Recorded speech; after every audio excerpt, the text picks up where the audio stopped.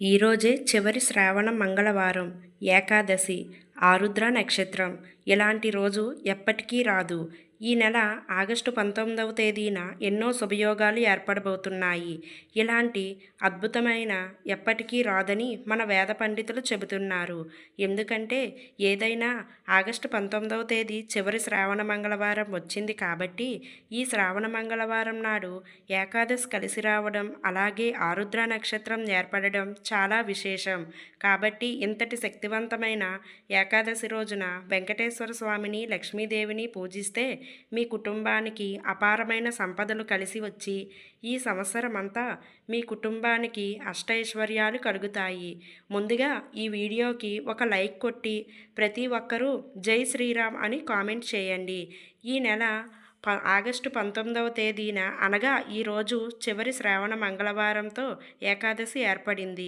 ఆరుద్ర నక్షత్రం కూడా ఏర్పడబోతుంది. కాబట్టి ఈ రోజున ప్రతి ఒక్కరూ తప్పనిసరిగా ఇంట్లో దీపారాధన చేసుకోవాలి. ఎందుకంటే ఈ రోజున చేసే పూజలకు జన్మజన్మల అదృష్టం కలిసి వచ్చి మీకు, మీ కుటుంబానికి సకల శుభాలు కలుగుతాయి. శ్రావణ మంగళవారం అంటేనే మంగళగౌరి వ్రతాన్ని చేసుకుంటారు. కాబట్టి ఈ శ్రావణ మాసంలో ఇప్పటి వరకు మంగళగౌరి వ్రతాన్ని చేసుకోని వారు ఈ చివరి శ్రావణ మంగళవారం నాడు మంగళగౌరి వ్రతాన్ని చేసుకోండి. ఇక ఏకాదశి సందర్భంగా ప్రతి ఒక్కరూ తప్పనిసరిగా విష్ణుమూర్తిని పూజించాలి. కాబట్టి ఈ ఏకాదశి నాడు ప్రతి ఒక్కరూ తెల్లవారుజామున నిద్రలేచి ఇంటిని శుభ్రం చేసుకుని తలస్నానం చేసి ఇంట్లో వెంకటేశ్వర స్వామిని పూజించండి. అదేవిధంగా ఉదయం వీలు కాలేని వారు సాయంత్రం తలస్నానం చేసి మీరు పూజను చేసుకోవచ్చు. ఏకాదశి పూజను ప్రారంభించే ముందు ఆడవారు కాళ్ళకు పసుపు రాసుకొని కుంకుమ బొట్టు పెట్టుకొని పూజ గదిలో ఒక చిన్న ముగ్గు వేసి ఇంట్లో దీపారాధన ప్రారంభించాలి.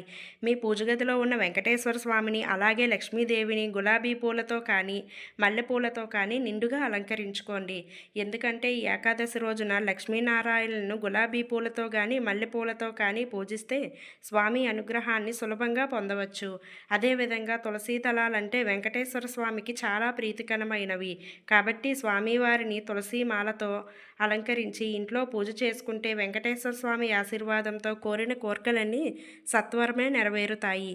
ఏకాదశి అంటేనే ఇలా చాలా విశేషం. అయితే వెంకటేశ్వర స్వామి చాలా ఇష్టమైన దీపాల్లో పిండి తీవ్రం ఒకటి. కాబట్టి ఏకాదశి రోజున పిండి దీపాలు వెలిగించి వెంకటేశ్వర స్వామిని పూజిస్తే మీ కుటుంబానికి భోగభోగ్యాలు కలుగుతాయి. బియ్యం పిండితో 2 ప్రమిదలను తయారు చేసి స్వామివారి ముందు వెలిగించండి. పిండి దీపాలు వెలిగించలేని వారు మట్టి ప్రమిదలో కానీ ఇత్తడి కుందుల్లో కానీ దీపారాధన చేసుకోవచ్చు. అలాగే ఆవు నెయ్యితో దీపారాధన చేస్తే మీ పూజకు రెట్టింపు పుణ్య ఫలితం లభిస్తుంది. ఇక వెంకటేశ్వర స్వామికి నైవేద్యంగా బెల్లం పానకం, అలాగే వడపప్పును నివేదించండి. లేదా ఒక చిన్న బెల్లం ముక్కను నివేదించినా సరిపోతుంది. అయితే దేవునికి సమర్పించే నైవేద్యం పక్కనే ఒక మంచినీళ్ళ గ్లాసును కూడా పెట్టుకోవాలి. అప్పుడు మాత్రమే మీ నైవేద్యానికి దేవుడు స్వీకరిస్తాడు. కాబట్టి ఏ పూజ చేసినా సరే నైవేద్యంతో పాటుగా మంచినీళ్ళ గ్లాసును కూడా పెట్టుకోవాలి. ఇక గోవిందనామాలు చదువుతూ వెంకటేశ్వర స్వామిని పూజించండి. అలాగే ఈ ఏకాదశి రోజున ప్రతి ఒక్కరూ తప్పనిసరిగా ఓం నమో భగవతే వాసుదేవాయ అనే మంత్రాన్ని 21 సార్లు కానీ 108 సార్లు కానీ జపించాలి. చివరిగా స్వామివారికి హారతి సమర్పించి ఒక కొబ్బరికాయను పగలగొట్టి తలపైన అక్షంతలు వేసుకొని మీ పూజను ముగించుకోవచ్చు. అయితే విశేషంగా ఏకాదశి నాడు ఉపవాసం ఉంటే చాలా మంచిదే. ఎందుకంటే మన శాస్త్రాల ప్రకారం ఏకాదశి రోజున ఉపవాసం ఉంటే అశ్వమేధ యాగం చేసినంత పుణ్యఫలితం లభిస్తుందని, అష్టైశ్వర్యాలు ఆయురారోగ్యాలు కలుగుతాయని నమ్మకం. ఉదయం అంతా ఉపవాసం ఉండి సాయంత్రం చంద్రుడిని చూసి ఉపవాసాన్ని వివరించవచ్చు. అదేవిధంగా ఈ శ్రావణ మంగళవారం నాడు అమ్మవారి పటం ముందు కూర్చొని లలితా సహస్రనామం పఠిస్తూ కుంకుమతో అర్చన చేసే ఆడవారికి దీర్ఘ సుమంగళి యోగం, అలాగే మీ భర్తకు అదృష్టం, ఐశ్వర్యం కలుగుతాయి. అదేవిధంగా ఏదైనా అమ్మవారి దేవాలయానికి వెళ్ళి అమ్మవారికి పసుపు కుంకుమ పువ్వులను సమర్పించండి. అమ్మవారి ఆశీర్వాదం మీ కుటుంబంపై ఉంటుంది. అలాగే ఏకాదశి రోజున తప్పనిసరిగా తులసిని పూజించాలి. తులసి కోటలో దీపారాధన చేసి తులసి మొక్కలు చుట్టూ ప్రదక్షిణలు చేస్తే లక్ష్మీదేవి ఎంతో సంతోషించి అష్టైశ్వర్యాలను సుఖ సంతోషాలను ప్రసాదిస్తుంది. అదేవిధంగా ఈ ఏకాదశి రోజు సాయంత్రం గుమ్మం మీద ఒకటి జల్లితే మీకు మీ ఇంట్లో ఉన్న అష్టైశ్వర్యాలు కూడా మీకు ప్రాప్తిస్తాయి.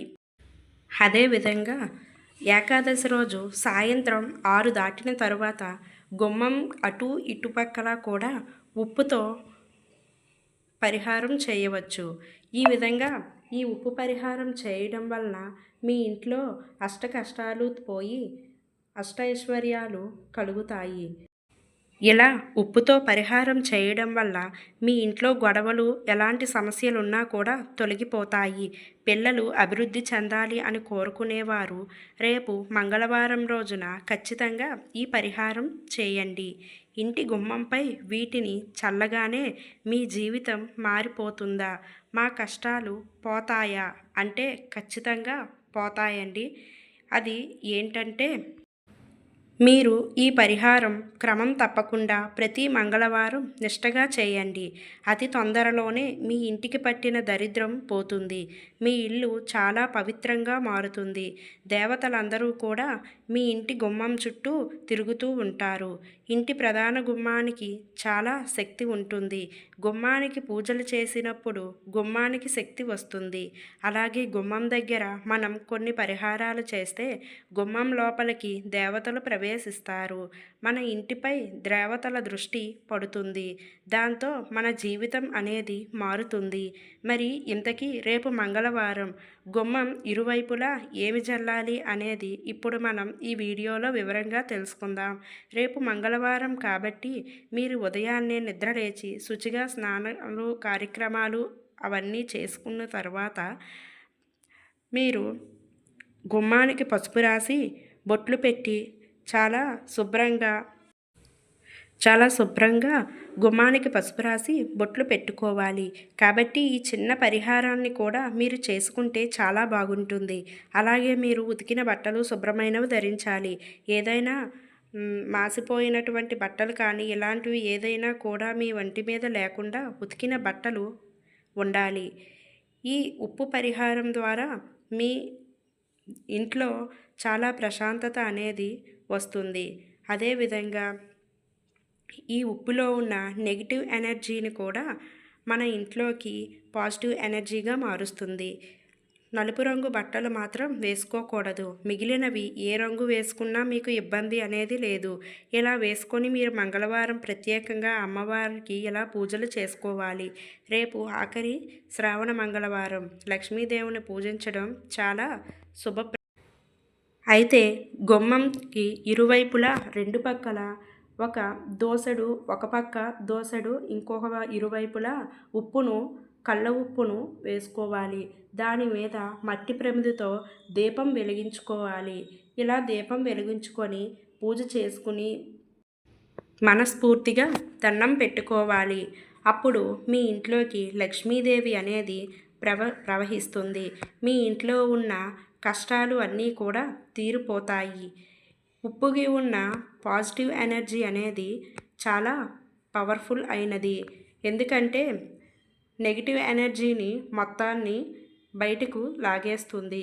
కాబట్టి లక్ష్మీదేవి మీ ఇంట్లోకి ప్రవేశించాలంటే ఉప్పు దీపాన్ని ఖచ్చితంగా ఈ శ్రావణ మంగళవారం ఆఖరిగా వచ్చే చివరి శ్రావణ మంగళవారం నాడు సాయంత్రం 6 తర్వాత మీరు ఇలా ఉప్పు దీపాన్ని పెట్టండి.